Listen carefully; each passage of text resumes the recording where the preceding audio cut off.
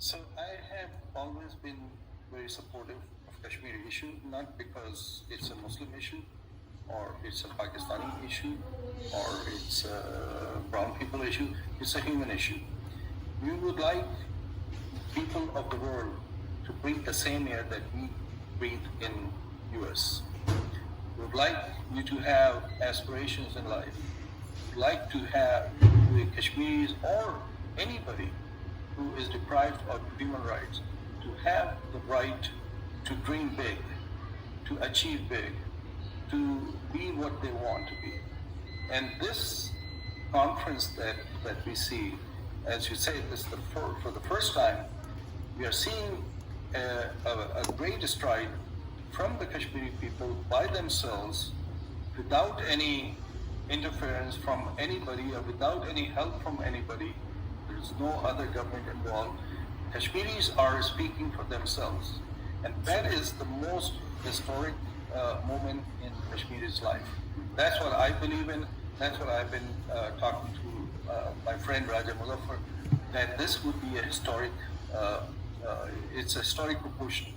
Because when you come out and say that this is not a bilateral issue between Pakistan and India, this is a human rights issue of Kashmiri people.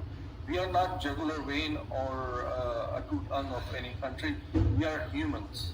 True. That's where people recognize you. If you don't stand for yourself, nobody would do your job. Absolutely. And that's why I think it's very important that this conference itself is very important. And the movement that it's bringing is the most important thing for Kashmiris. Stand up for yourself. Ask for your rights. It's not a football between two countries that people are playing with. This is a very much human rights issue, and the whole world should know. I think when we're living here in US, this is the biggest responsibility on us, because we are the people who can bring changes to the world. True. And that is why when Kashmiris are gathering and they are speaking and they are together in this initiative, and people are coming from all over the world, from Australia, what I'm hearing, from Belgium, from South Africa, there are, and then the US diaspora also.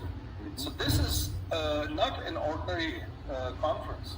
True. You hear a lot of time, there's so many conferences goes on, but this is a platform that you are creating for future generation.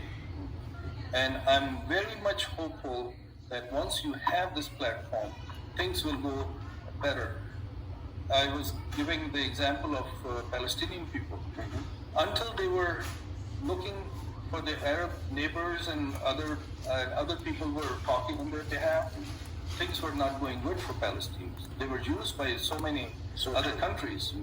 But once they decided that they will be their own voice, things started changing. Now you see they are in UN, and so many countries recognize Palestine as a state. So the statehood, so they came so far only because they stood for themselves. Mm-hmm. And that's what I expect.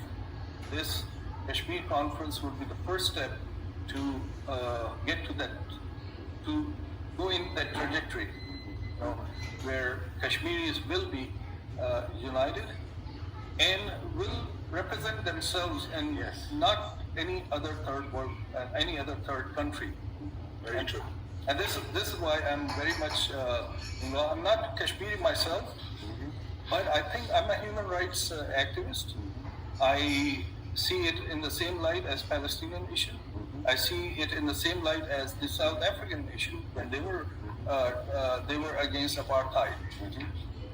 Right now, this is an apartheid what Kashmiris are going through. And they cannot really have equal right in India and in Pakistan. That means they're inferior to other people, and that should not be accepted. And the whole world body should come out in support of Kashmir. That's how deep I I feel about it. Certainly, and I'm glad to hear your views that as a Pakistani, more than even an American. I'm American, and that's why I see that light in that issue in this light, Right. because America stands for liberty and justice. True. You know, True. and that's what we would like to extend this to.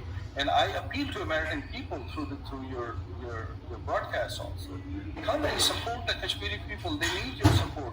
When people are dying on the streets, when people are under curfew for such a long time, when they cannot really bury their own loved ones because of curfew and all the restrictions, this is the gravest human rights abuse that we are seeing. And we should know and we should act on this. Absolutely. I can see that what you have learned in life is that Kashmiris have been handicapped. They have been put into a sleep here, into a lull, that for past 73 years nothing has come about. So it's time for the Kashmiris to wake up here. And Fiadun Sahib is absolutely correct that the only way